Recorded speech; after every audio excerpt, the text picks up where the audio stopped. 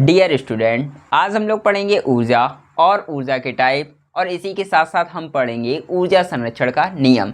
तो आइए अब हम ऊर्जा टॉपिक को स्टार्ट करते हैं। तो सबसे पहले हम देखेंगे ऊर्जा और ऊर्जा के टाइप और ऊर्जा संरक्षण का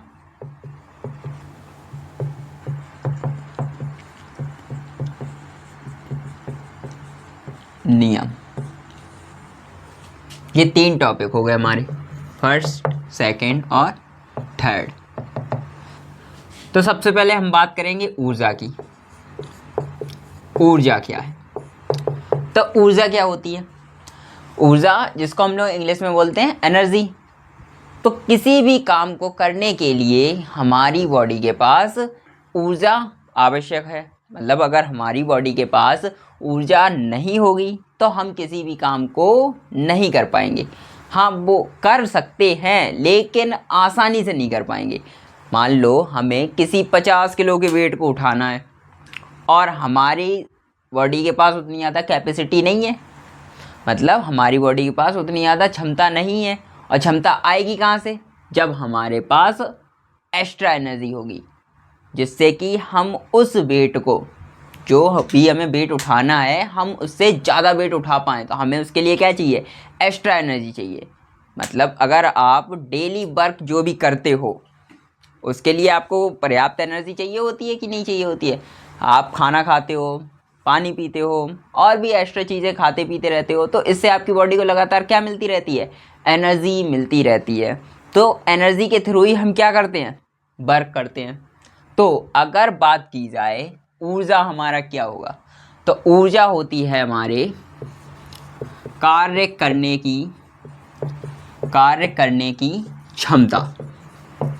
कार्य करने की क्या होती है? क्षमता। कैसे करके? अगर हमें किसी कार्य को करना है तो हमारे पास ऊर्जा तो आवश्यक है ही है, और कार्य करने की क्षमता, कार्य हम ऊर्जा के अकॉर्डिंग ही कर पाएंगे।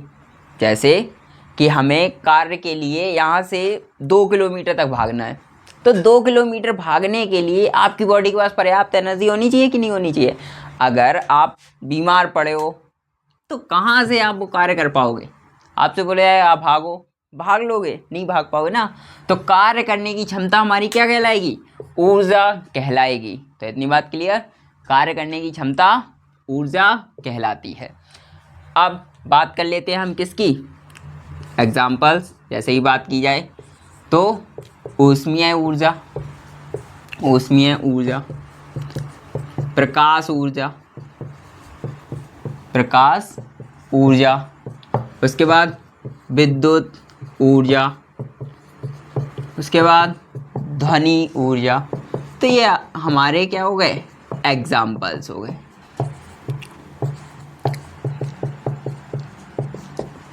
अब इसके बाद हम बात करेंगे ऊर्जा की टाइप की। तो ऊर्जा हमारे, जो भी हमारी ऊर्जा है वो कितने टाइप की होती है? तो ऊर्जा हमारी होती है 2 टाइप्स की। कितने टाइप की? 2 टाइप्स की। ऊर्जा हमारी 2 टाइप की होती है। नंबर फर्स्ट अगर बात की जाए तो हमारी होती है गतिज ऊर्जा, और अगर सेकंड बात की जाए तो हमारी होती है स्थितिज ऊर्जा। तो नाम से भी थोड़ा थोड़ा क्लियर हो रहा होगा कि गतिज ऊर्जा और स्थितिज ऊर्जा। तो हम बात कर लेते हैं सबसे पहले गतिज ऊर्जा की। गतिज ऊर्जा को हम लोग इंग्लिश में बोलते हैं काइनेटिक एनर्जी, और स्थितिज ऊर्जा को हम लोग बोलते हैं स्टैटिक एनर्जी। तो सबसे पहले हम बात करेंगे गतिज ऊर्जा की। तो गतिज ऊर्जा क्या होती है? नाम से ही क्लियर हो रहा होगा। इसको थोड़ा सा हम लिख लें गति। अगर गतिज को हम थोड़ा सा, हमने आगे का ही वर्ड ले लिया, क्या? गति। तो ऐसी ऊर्जा जो हमें, कोई भी हम जो कार्य कर रहे हैं उसमें क्या होनी चाहिए? गति होनी चाहिए। मतलब वो काम जो भी तुम करो उसमें क्या होनी चाहिए? गति, मूविंग। एक जगह से दूसरी जगह तक तुम क्या कर रहे हो? गति कर रहे हो। तब वो तुम्हारी कौन सी ऊर्जा होगी? तो गति ऊर्जा कहलाएगी। मतलब हमें गतिशील वस्तुओं से प्राप्त ऊर्जा क्या कहलाएगी? हमारी गतिज ऊर्जा कहलाएगी। तो इसमें बात किसकी हो गई? गतिशील की। तो गतिशील यानी कि हमें गति के कारण जो ऊर्जा प्राप्त हो रही है, गति के कारण जो हमें ऊर्जा प्राप्त हो रही है वही हमें क्या होगी? वो हमारे लिए क्या होगी? गतिज ऊर्जा होगी। तो अगर बात की जाए इसके फॉर्मूले की, तो फॉर्मूला इसका होता है K इक्वल 1/2 mv²। ये होती है हमारी गतिज ऊर्जा। K for kinetic energy, m द्रव्यमान रहेगा, m हमारा होगा वो द्रव्यमान होगा, और b हमारा वेग होगा, और K हमारी गतिज ऊर्जा होगी, गतिज ऊर्जा। इसके बाद बात की जाए स्थितिज ऊर्जा की, तो स्थितिज ऊर्जा क्या होगी? अगर गतिज ऊर्जा में गति के द्वारा हमें एनर्जी प्राप्त हो रही, तो स्थितिज ऊर्जा में उसकी ब्राह्म अवस्था के कारण जो हमें ऊर्जा प्राप्त हो, किसके कारण? ब्राह्म अवस्था के कारण। ब्राह्म अवस्था के कारण जो ऊर्जा क्या हो, ऊर्जा प्राप्त हो, वो हमारी क्या कहलाएगी? स्थितिज ऊर्जा कहलाएगी। तो हमें इस कंडीशन में यानी कि इस ऊर्जा में हमें ब्राह्म वाली कंडीशन लेके आनी है। तो अगर ब्राह्म वाली अवस्था से हमें एनर्जी प्राप्त हो रही तो वो हमारी होगी स्थितिज ऊर्जा। अब बात करेंगे हम स्थितिज ऊर्जा के टाइप की, स्थितिज ऊर्जा के प्रकार। स्थितिज ऊर्जा के प्रकार, तो इसके दो टाइप होते हैं। कितने? दो टाइप होते हैं। नंबर फर्स्ट अगर बात की जाए तो नंबर फर्स्ट होता है हमारा गुरुत्वीय स्थितिज ऊर्जा, और नंबर सेकंड होता है हमारा प्रत्यास्थ स्थितिज ऊर्जा। ये इसके दो टाइप होते हैं। तो नंबर फर्स्ट हम समझेंगे गुरुत्वीय स्थितिज ऊर्जा के बारे में, और सेकंड प्रत्यास्थ स्थितिज ऊर्जा के बारे में। तो नंबर फर्स्ट की बात कर लेते हैं, गुरुत्वीय स्थितिज ऊर्जा की। तो इसमें क्या रहेगा? जब भी हम किसी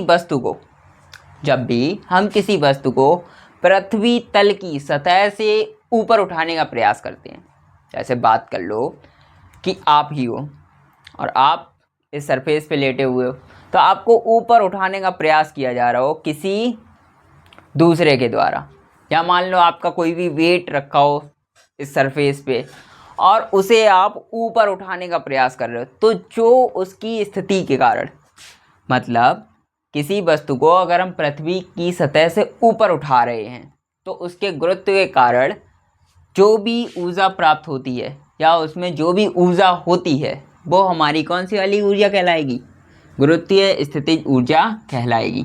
तो बात की जाए वस्तु को हमें कहाँ से उठाना है? पृथ्वी सतह से ऊपर उठाने पर, सतह से ऊपर उठाने पर तो हमें कौन सी वाली ऊर्जा मिलेगी? गुरुत्वीय स्थितिज ऊर्जा प्राप्त होगी। बात की जाए इसके फॉर्मूले की, तो फॉर्मूला होता है इसका U इक्वल mgh, और जहाँ पर अगर बात की जाए तो m हो गया द्रव्यमान, g हो गया गुरुत्वीय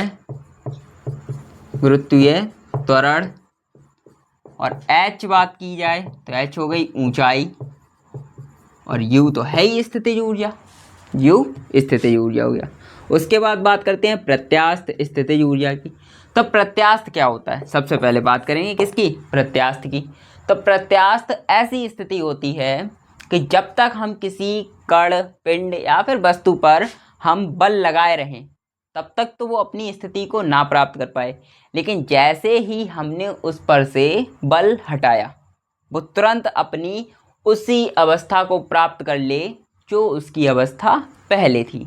एक बार फिर से, कि जब तक हम उस पर बल लगाए रहें तब तक तो उसमें परिवर्तन रहे, लेकिन जैसे ही हम उस पर से बल को हटा दें, मान लो हम किसी स्प्रिंग को खींचे हुए हैं और जब तक हम उसे पकड़े हुए हैं अपने हाथों से तब तक तो वो अपनी स्थिति में नहीं आएगी, लेकिन जैसे ही हमने उसको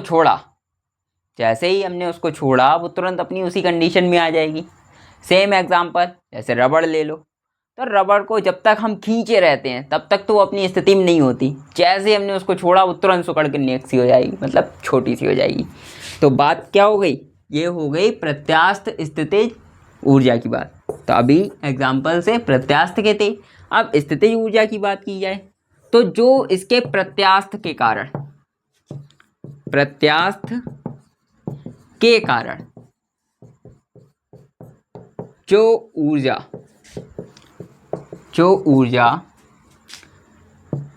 होती है, जो ऊर्जा होती है वो कौन सी वाली कहलाती है, प्रत्यास्थ स्थितिज ऊर्जा कहलाती है।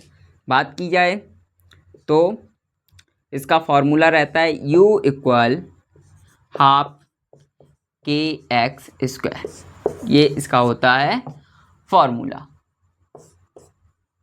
अब बात कर लेते हैं ऊर्जा संरक्षण नियम की, ऊर्जा संरक्षण नियम की। तो इस नियम में क्या होता है अब बात करेंगे।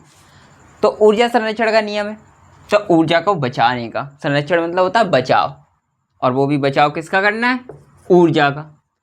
तो ऊर्जा का बचाव करना क्या, ऊर्जा जो होती है वो कभी भी ना तो नष्ट होती है और ना ही उत्पन्न होती है, ये हमारा ऊर्जा संरक्षण का नियम कहता है। क्या कहता है कि ऊर्जा ना तो नष्ट होती है,